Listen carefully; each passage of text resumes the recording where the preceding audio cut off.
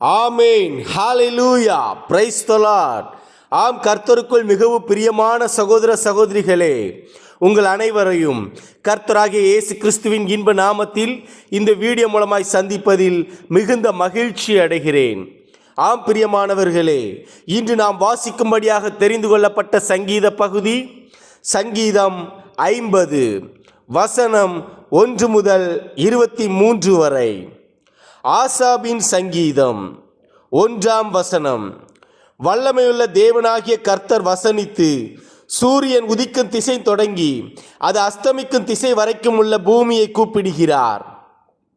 2 வசனம். பூரண வடிவுள்ள சீயோனிலிருந்து தேவன் பிரகாசிக்கிறார்.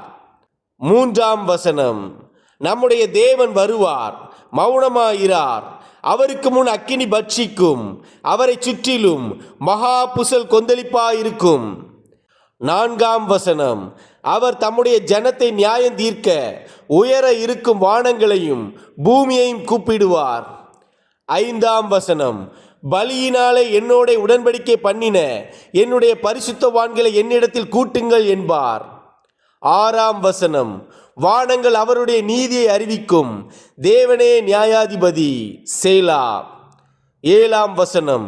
என் ஜனமே கேள், நான் பேசுவேன், இஸ்ரவேலே உனக்கு விரோதமாய் சாட்சியிடுவேன், நானே தேவன், உன் தேவனாய் இருக்கிறேன். 8 வசனம். உன் பலிகளின் நிமித்தம் உன்னை கடிந்து கொள்ளேன், உன் தகன பலிகள் எப்போதும் எனக்கு முன்பாக இருக்கிறது. 9 வசனம். உன் வீட்டிலிருந்து காளைகளையும் உன் தொழுவங்களிலிருந்து ஆட்டு கடாக்களையும் நான் வாங்கிக் கொள்வதில்லை. 10 வசனம். சகல காட்டு ஜீவன்களும் பர்வதங்களில் ஆயிரமாய் திரிகிற மிருகங்களும் என்னுடையவைகள். 11 வசனம்.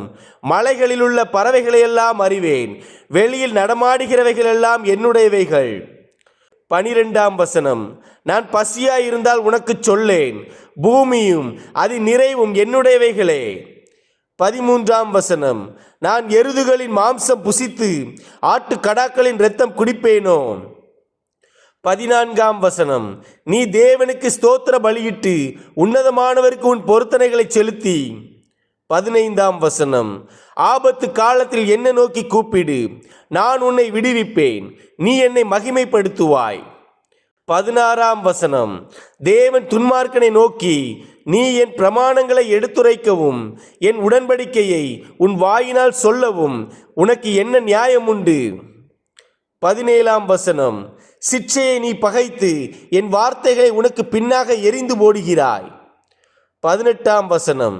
நீ திருடனை காணும்போது அவனோடு ஒருமித்து போகிறாய், விபச்சாரரோடு உனக்கு பங்குண்டு. 19 வசனம். உன் வாயை பொல்லாப்புக்கு திறக்கிறாய், உன் நாவு சற்பனையை பிழைக்கிறது.